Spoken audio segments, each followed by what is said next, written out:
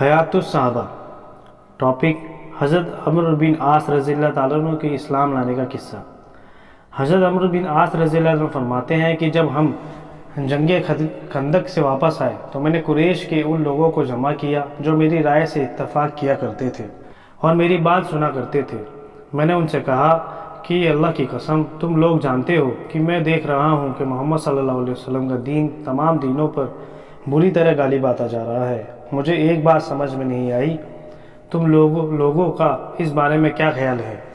انہوں نے کہا واہ کیا بات ہے۔ میں نے کہا میرا خیال یہ ہے کہ ہم نجاشی کے پاس چلے جائیں، وہیں رہا کریں، پھر اگر محمد صلی اللہ علیہ وسلم ہماری قوم پر غالب آ گئے تو اس وقت ہم نجاشی کے پاس ہوں گے، کیونکہ نجاشی کے ماتحت ہو کر رہنا ہمیں محمد صلی اللہ علیہ وسلم کے ماتحت ہو کر رہنے سے زیادہ پسند ہے، اور اگر ہماری قوم غالب آ گئی تو ہم جانے پہچانے لوگ ہیں، وہ ہمارے ساتھ بھلائی ہی کا عمل کریں گے۔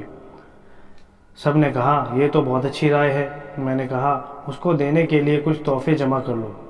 نجاشی کو ہمارے یہاں کے چمڑے کا تحفہ سب سے زیادہ پسند تھا۔ ہم لوگوں نے یہاں کا تیار کیا ہوا چمڑے کی بڑی تعداد میں جمع کیا، پھر ہم مکہ سے چلے اور اس کے پاس پہنچ گئے۔ اللہ کی قسم ہم وہاں ہی تھے کہ اتنے میں عمرو بن امیہ زمری رضی اللہ تعالیٰ عنہ وہاں آئے۔ حضور صلی اللہ علیہ وسلم نے ان کو نجاشی کے پاس حضرت جعفر اور ان کے ساتھیوں کے بارے میں بھیجا تھا۔ حضرت عمرو بن عاص فرماتے ہیں کہ حضرت عمرو بن امیہ نجاشی کے پاس ملنے گئے اور پھر وہاں سے باہر آئے تو میں نے اپنے ساتھیوں سے کہا یہ عمرو بن امیہ ہے، اگر میں نجاشی کے پاس جا کر ان کو مانگ لوں وہ مجھے یہ دے دیں اور میں ان کی گردن اڑا دوں تو قریش یہ سمجھیں گے کہ میں نے محمد صلی اللہ علیہ وسلم کے قاصد کو قتل کر کے ان کا بدلہ لے لیا۔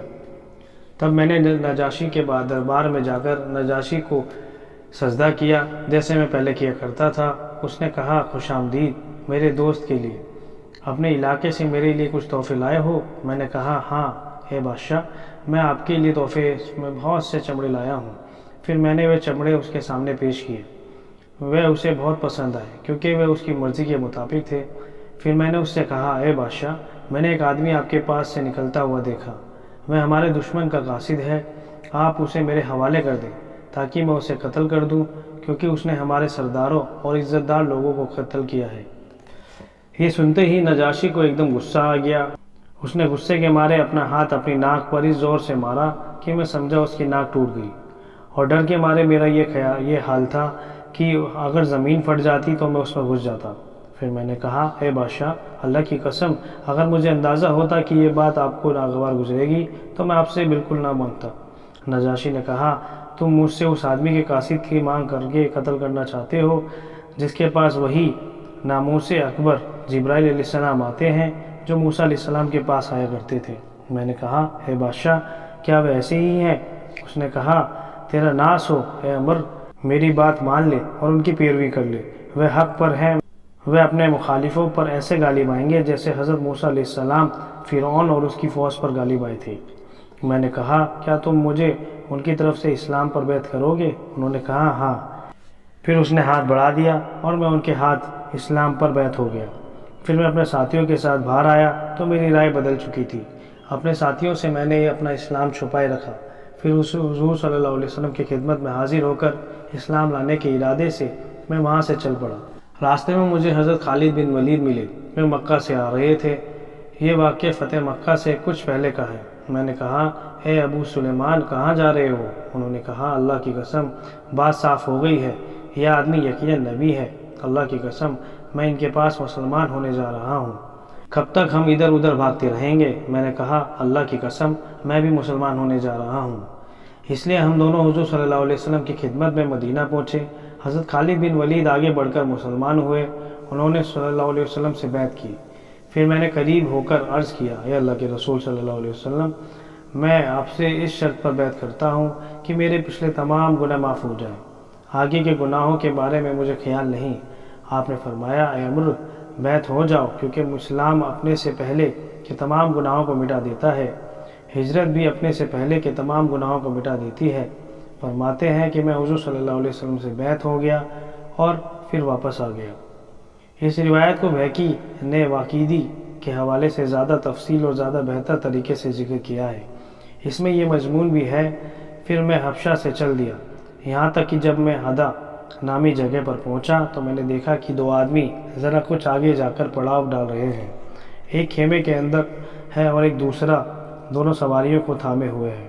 غور سے دیکھنے پر پتہ چلا کہ یہ تو خالد بن ولید ہے۔ میں نے کہا کہاں جا رہے ہو؟ انہوں نے کہا محمد صلی اللہ علیہ وسلم کی خدمت میں حاضری کا ارادہ ہے، کیونکہ سارے لوگ اسلام میں داخل ہو چکے ہیں، کوئی ڈھنگ کا آدمی باقی نہیں رہا۔ اگر ہم یوں ہی ٹھہرے رہے تو ہماری گردن کو ایسے پکڑ لیا جائے گا جیسے کہ بھٹ میں بجو کی گردن پکڑ لی جاتی ہے۔ میں نے کہا اللہ کی قسم، میرا بھی محمد صلی اللہ علیہ وسلم کی خدمت میں حاضری کا ارادہ ہے، میں بھی مسلمان ہونا چاہتا ہوں۔ حضرت عثمان بن طلحہ رضی اللہ عنہ نے خیمے سے باہر آ کر مجھے خوش آمدید کہا۔ پھر ہم سب وہیں ٹھہرے رہے، پھر ہم ایک ساتھ ہی مدینہ گئے۔ مجھ سے اس آدمی کی بات نہیں بھولتی ہے جو ہمیں بیر ابو عتبہ کے پاس ملا۔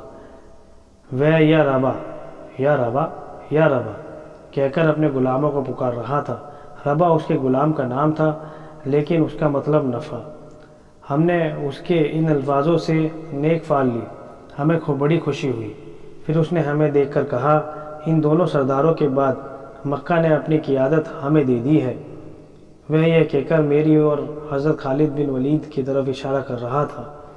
وہ آدمی دوڑتا ہوا مسجد گیا۔ مجھے خیال ہوا کہ حضور صلی اللہ علیہ وسلم کو ہمارے آنے کی خوشخبری سنانے والا ہے۔ ایسا ہی ہوا۔ ہم نے اپنے اونٹ حرہ نامی جگہ پر بٹھائے، اپنے صاف ستھرے کپڑے پہنے، پھر عصر کی اذان ہو گئی۔ ہم چل کر آپ کی خدمت میں جا پہنچے۔ آپ کا مبارک چہرہ خوشی سے چمک رہا تھا۔ آپ کے چاروں طرف مسلمان بیٹھے ہوئے تھے جو ہمارے مسلمان ہونے سے بہت خوش ہو رہے تھے۔ پھر حضرت خالد بن ولید آگے بڑھ کر حضور صلی اللہ علیہ وسلم سے بیعت ہوئے، پھر حضرت عثمان بن طلحہ آگے بڑھ کر بیعت ہوئے، پھر میں آگے بڑھا۔ اللہ کی قسم، جب میں آپ کے سامنے آیا تو میں شرم کی وجہ سے اپنی نگاہ نہ اٹھا سکا۔ میں نے آپ سے اس شرط پر بیعت کی کہ میرے پچھلے تمام گناہ معاف ہو جائیں، بعد میں ہونے والے گناہوں کا مجھے خیال نہ آیا۔ آپ نے فرمایا اسلام اپنے سے پہلے تمام گناہوں مٹا دیتا ہے، ہجرت بھی اپنے سے پہلے تمام گناہوں کو مٹا دیتی ہے۔ اللہ کی قسم، جب سے ہم دونوں میں اور خالد بن ولید مسلمان ہوئے، اس وقت سے حضور صلی اللہ علیہ وسلم نے کسی بھی پریشان کرنے والے معاملے میں اپنے کسی صحابی کو ہمارے برابر کا نہیں سمجھا۔